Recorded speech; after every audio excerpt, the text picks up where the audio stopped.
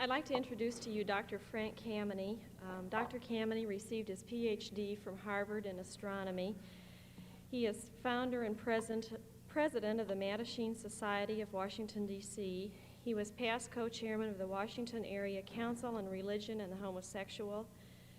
He is chairman of the Committee of the Federal Government of the North American Conference of Homophile Organizations. Among several of his publications are The Homosexual as a Minority Group in the book The Other Minorities, which was edited by Sagerin in 1970, and also an article in the book entitled The Same Sex, the book edited by Ralph Weltage in 1969. The title of the article is Gay is Good, and Dr. Kameny also coined that phrase.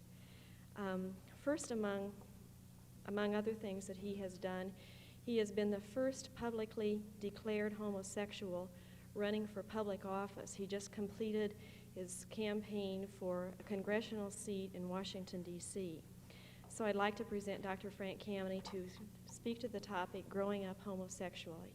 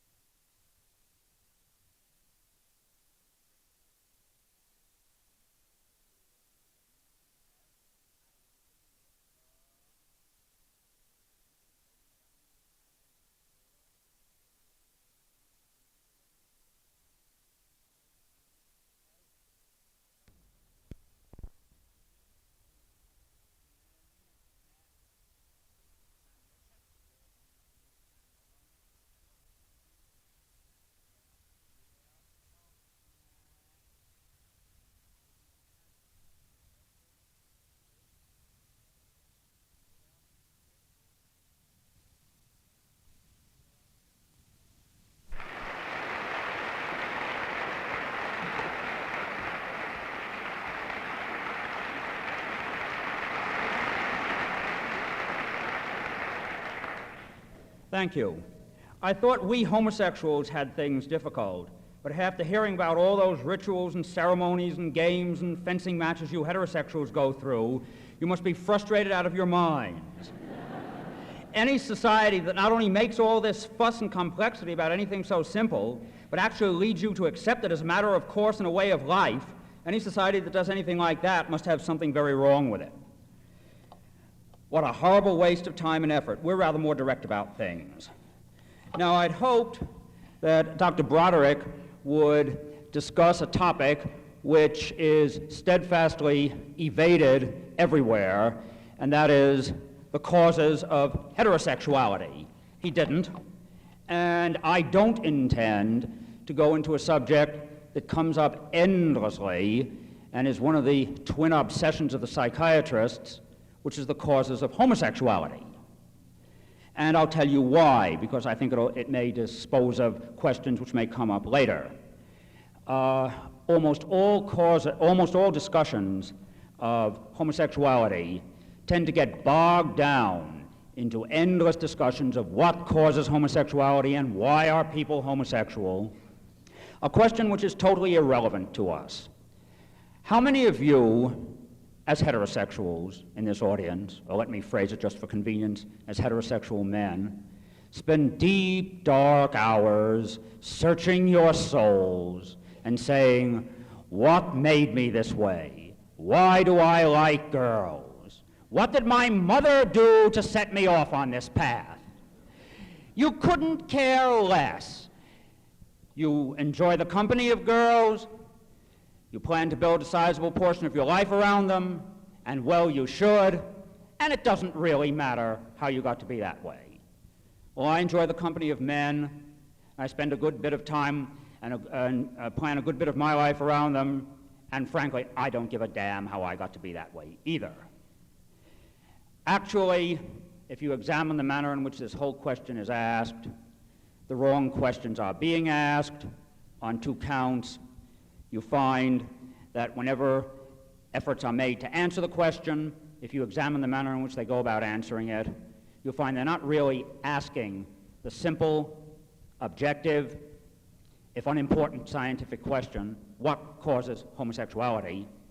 What's really being asked are the questions, what went wrong to cause homosexuality? Or what can we do to change homosexuals to heterosexuality? Or what can we do to prevent homosexuality? And these, of course, are not valid, objective, scientific questions, because they all involve a prior negative value judgment on homosexuality. You don't seek to prevent that which you don't first consider undesirable. And they never ask, again, the critical question, what causes heterosexuality?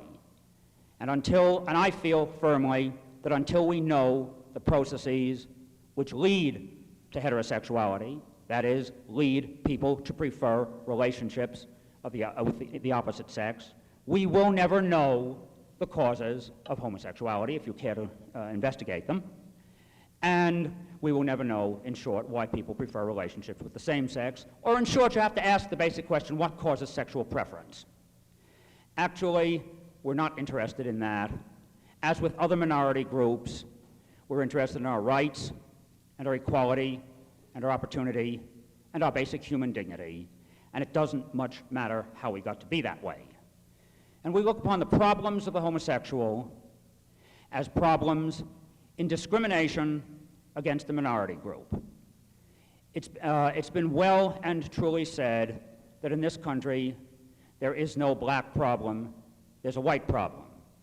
And we feel there is no homosexual problem, there's a heterosexual problem, and therefore a sizable number of you are it. Now, with that out of the way, I'm going to start off then in my discussion by assuming the homosexuality, and then discuss the question of growing up homosexual. Now, growing up homosexual still, for all the changes that are occurring in our society, tends to be, as yet, a rather lonely business. Let's start out with the younger homosexual. We heard a sizable bit of discussion a few minutes ago about the younger heterosexual. If you're heterosexual, whether you're 7 or 70 or anywhere in between or younger or older, society presents you with a vast richness of resources for meeting and relating to people of the opposite sex. And if you're single, you are pushed in any of a variety of ways into pairing off with somebody. Homosexuals have none of this. Not only do we have no such resources, but on those occasions where we've attempted to create them in many instances, society has done its best to throw obstacles in our path. And so you take, for example, the teenage homosexual. He goes to high school, all of the youngsters around him are enjoying a comfortable social life, they're beginning to develop the social graces, rubbing off the rough edges, rounding off the corners, committing occasional faux pas when they don't matter that much and learning from them, so they can move into comfortable adult relationships. He has none of that. He doesn't dare indicate his feelings for fear of the reaction of his peers. If he has anything at all, his relationships are covert, furtive, secretive, hidden, and these do tend to set patterns which tend, in some cases, to persist into adult life, and then society blames him for what society has wrought. Now, you often get, when you read the psychiatric literature, a picture of the younger homosexual. And I'm starting out with the teenage homosexual. I'll move up somewhat in a few minutes. As a youngster who has these strange urges that he doesn't understand, and he goes running to the friendly shrink for some assistance or explanation. And the psychiatrist, having a direct tie line with God, knowing exactly what the preferred path should be, immediately attempts to set him on it, which is heterosexuality, of course, without ever consulting the youngster to find out what it is that he really wants. Now, I get phone calls, not infrequently, about once a week on the average, irregularly, from youngsters between 13 and 17, mostly boys, sometimes girls. And their problems are three, two minor ones and a major one. The first minor problem is, what do they do about their parents? They're still at an age when they're very much at the mercy, at the tender mercies, and all too often far from tender mercies, of all the arms and agencies of constituted authority, including parents who can be incredibly harsh and cruel and insensitive on this subject. The second problem is, if they have gone to a psychiatrist or a counselor, unless it's been a rare good one, or they've been sent to one, how do they get rid of totally unwanted pressures for a totally unwanted conversion to a totally unwanted heterosexuality? The third problem is the important one. That, of course, is the one that I already mentioned, a total lack of any kind of social life. This we are beginning to remedy, and I'll come to that in a few minutes. Even in schools where there are sex education courses, good ones, he finds himself assaulted and his homosexuality assaulted on that basis. I don't claim an exhaustive knowledge of all the materials used in various sex education courses, but I've read a good bit of them. Read them sometime, even the best of them, from the viewpoint of the homosexual youngster, who makes up 10% approximately of the classes taking those courses, and see yourself being described as someone with an affliction, someone to be avoided, someone to be rejected, someone perhaps to be treated with a condescending, patronizing compassion which is demeaning and degrading, someone to be treated as a pariah. You will want to crawl under the nearest rock and hide. These courses are planned with a callous insensitivity for the needs and feelings of the homosexual youngsters who take them. Now, the homosexual grows up, of course, obviously, and this is implied by everything I've said, in a repressive situation. And therefore, unlike the heterosexual who moves as a matter of course into heterosexual relationships of varying degrees of first immaturity and ultimately maturity, the homosexual tends to have none of this, and because of society's attitudes, very often, especially in the past before the subject was talked about, tended not to recognize himself as a homosexual, or in many instances, to repress this. Eventually, at one stage or another, and this can vary anywhere from puberty, if the individual is fortunate, on up, well on into his adult life if he's not so fortunate, he comes face to face with the fact and recognizes that he is homosexual. And then either by circumstance or by direction, self-direction or otherwise, moves on out into the homosexual community by a process that in our community is called coming out. This can sometimes be traumatic. Other times, it can be very much a feeling, I have finally come home. It varies a great deal. The situation is changing now, of course. Homosexuality is talked about. People discover themselves sooner. But still, you find a great deal of repression. Now, the younger homosexual, again, who realizes where his feelings are, very often, he'll note his feelings usually in puberty. I know in my own case, as I entered puberty, when all the boys around me were beginning to look at girls and be aware of girls in a manner which for each boy individually is a new and novel and special and erotic kind of thing, I was looking at boys the same way. And many homosexuals go through this. And at that point, of course, that was a number of years ago. There were no resources available. I knew nothing about anything.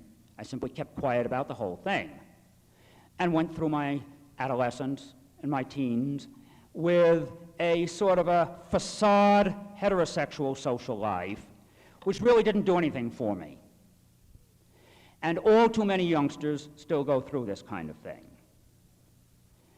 Now, this again, if people discover themselves early enough, fine, they can take care of it. If they don't, they may make the mistake of moving on into adulthood and entering a heterosexual marriage. And this is almost always a mistake. About 2 years ago, I had a letter printed in the Playboy magazine forum.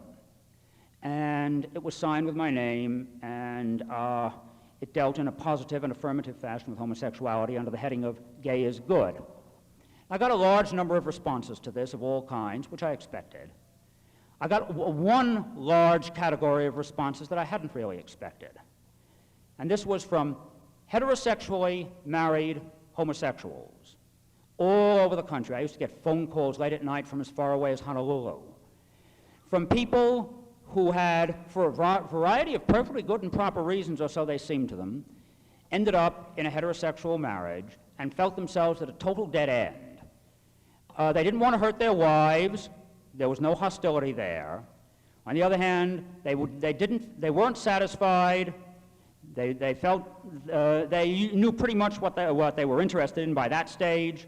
They usually didn't know any other homosexuals. They didn't have, or else they were leading a covert and furtive double life, and they didn't know what to do. And in that situation, usually, each one has to be taken on an ad hoc basis, but usually there is no good way out. You simply have to find the least bad way out. So these marriages of this sort tend to be a mistake unless they're entered into for some special reasons with all the cards on the table face up between both parties. Now, in recent times, things are changing rapidly. Over the last 20 years, there has existed in the country what has come to be known as the homophile movement.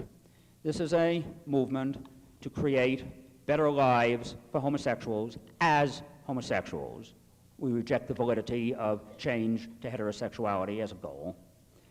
And a movement to create better to improve the status of the homosexual. At this point, it's a broad and varied movement. I don't intend to, right now, to go into its history. That wouldn't be directly relevant. There are perhaps 200 homophile organizations the country over, covering a whole variety of aims and purposes and types, from the very conservative to the very radical and everything in between. They operate on two basic precepts, tacitly or explicitly stated. One is that homosexuals, as people, are fully on par with and the equal of heterosexuals, which I think most people nowadays are willing to accept without too much problem or trouble. And from that comes the full bid for equality before the law, equality of opportunity, equality of treatment in society. The second precept, with which a lot of people have more trouble, is that homosexuality, as a condition, is fully the equal of and fully on par with and fully as positive and desirable a state as heterosexuality. And this we insist upon equally uncompromisingly. Now, when you examine these organizations, you find they operate, or their work with varying emphases, can be divided into 5 different areas. Civil liberties, information and education, attempts to change attitudes, community service, that is assistance to homosexuals who have particular problems, social activities, we like to dance as much as the next one, and I'll come back to that in a minute, and more recently, efforts to create a sense of community solidarity, militancy, activism to achieve the equality and the decent treatment from society that we want. Now, one of the areas of most rapid growth of the movement, which is directly relevant to the subject this evening, is on the college campuses. The first homophile group formed on a university campus was formed about 1967 or 68 at Columbia University. I assisted in the formation of that one.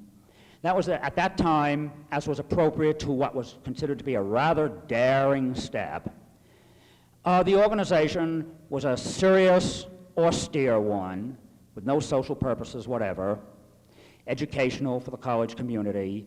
Its formation was very, very carefully planned, so that the university had no choice whatever but to recognize it when it finally surfaced. And then a press release was sent out to nail the thing down, and Columbia University got more letters in response to that than they had ever gotten on any other subject up to that date.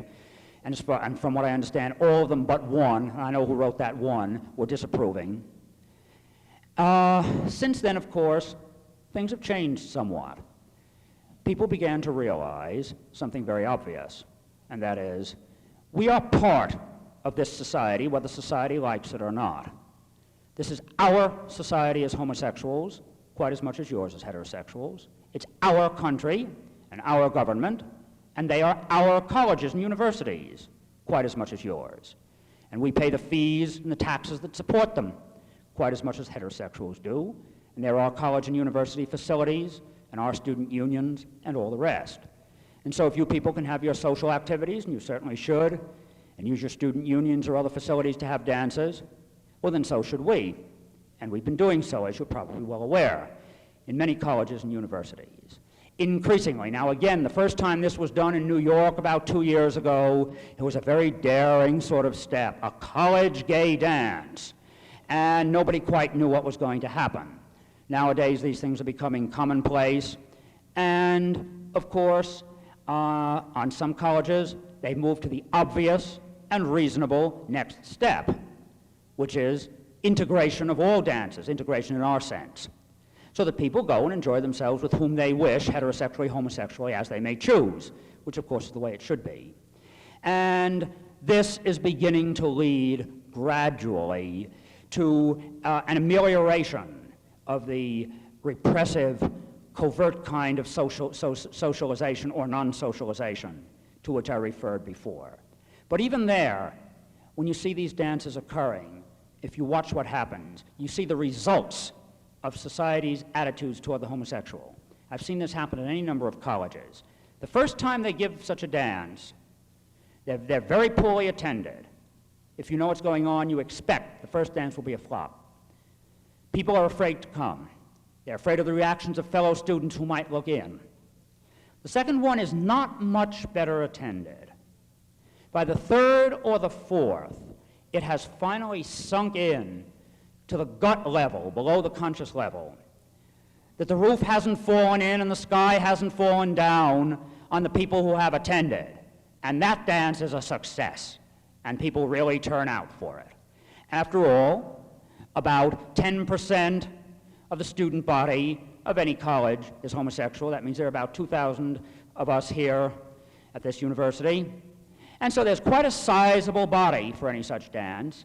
And once the ice has finally been broken, people commence to come out and begin to enjoy themselves and begin to build up a social life with all of the resources, or at least some of them, that you heterosexuals accept as a matter of course. I sincerely hope that people here will also, at Iowa, will also commence forming an organization of this sort. We're trying to get them formed wherever possible. I think it'll be extremely useful for the homosexuals on this campus. Now, younger homosexuals are also beginning to organize themselves. There's a group in New York now called Gay Youth, which has an upper age limit, not the traditional lower age limit, of 21. And they're trying to organize for themselves the same kind of comfortable social life, the same kind of consciousness raising to undo the damage done to them by society, so that they can have confidence in themselves and hold up their heads in pride in their homosexuality. They have chapters in a number of cities. We're beginning to set up coffee houses for people who are too young to go to gay bars. Gay bars may have their objections, but at least they provide some kind of a social life for the adult homosexual. or in some cities as Washington and New York, for those down to the age of 18, but there's nothing at all for people below that level. We're setting up a coffee house in Washington. These exist in other cities. We hope we'll be seeing within the next 2 years gay organizations in the high schools, and probably before long, high school gay dancers. And probably the school, and if that happens, or if people try to organize those, I'm sure the school boards will scream, and the PTAs will screech, and we'll go ahead and organize, and if they make too much of a fuss, we'll haul them into court and throw the Constitution at them, and we'll organize. We can be quite persistent when we want to be. Now, as I say, the situation with regard to the younger homosexual, that is the people who are growing up homosexual, in terms of the title of my talk, still has a long way to go. It's still a very repressive kind of situation. People are still very much afraid of the reactions and responses of the mass of the heterosexual students around them. And I appeal to you people here. You can make the difference in terms of a comfortable, fulfilling, rewarding life or a miserable one for your fellow homosexual students by your reactions to them. They don't harm you, despite what some of you may think. They don't threaten you. There's no reason why they shouldn't live as comfortable and happy and rewarding a social life as you do. There's no reason why they should have to stay hidden and covert and secret. And it's up to you to help them come out and lead the kind of life that all people in our society should expect to lead, whether or not they conform to the majority. One of the bases on which I ran my political campaign was personal freedom, the right to be different, the right not to conform, the inalienable right in terms of the Declaration of Independence to the pursuit of happiness. Think about it a bit, because our homosexual people don't yet freely have that right to that pursuit. I think for the moment that covers the basic background. Beyond that, I'm sure there'll be a number of questions which can lead into further discussion of any particular points that any of you want to go on into further. Thank you.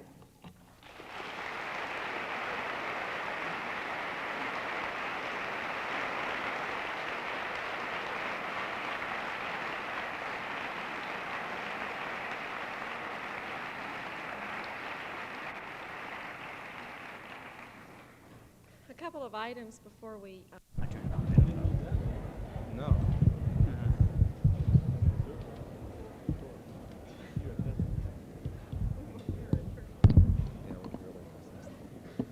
Okay, the first question says, Dr. Kameny wishes us to regard homosexuality as being as natural as heterosexuality. Judging from Dr. Broderick's talk, it appears that in the U.S. there are many pressures pushing us towards heterosexuality. Are there any studies of less pressured, that's in quotation marks, societies which show homosexuality naturally occurring on a majority or at least a 50-50 basis?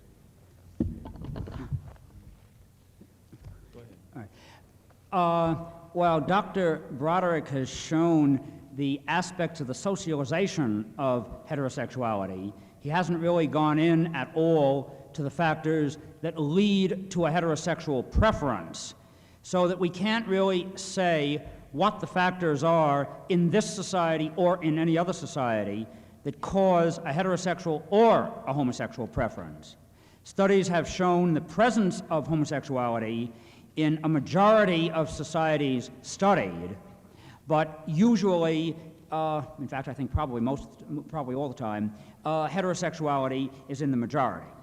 Although many societies will accept them both, and many people function both ways, heterosexually and homosexually, in some particular societies with equal facility. And there have been a couple where homosexuality was the preferred mode and where sufficient heterosexuality was engaged in to keep the society going, but nothing more. Yeah, just, is this on? Just a word on that latter case. Greece is always cited in several primitive societies. There's at least one analyst, Carl Zimmerman, who suggests that you tend to get publicly approved homosexuality only in societies where the status of women is very, very low, and where, in effect, as in Greek society, a man demeaned himself by cohabiting with a female because she was such a scummy type of person, and the true beauty and the true was another male who had the same quality of beauty and of intelligence and of nobility that women simply lacked. Now, I don't know, there's no way to demonstrate that that's true. This is not empirical sociology. This is when people study history and find grand designs, and I think perhaps it doesn't deserve the kind of weight that empirical sociology does. But I'd be interested in your reaction to that observation, for whatever it's worth. I'm sorry, I was reading a question here that had been okay, handed well, on. I missed your President comments, and I Paul. apologize. I have one comment on a piece of paper for Dr. Broderick. It said, "Have you heard of women's liberation? We are not chicks." Thank you for that. I'll try to remember that. Yeah, no, I've heard of women's liberation.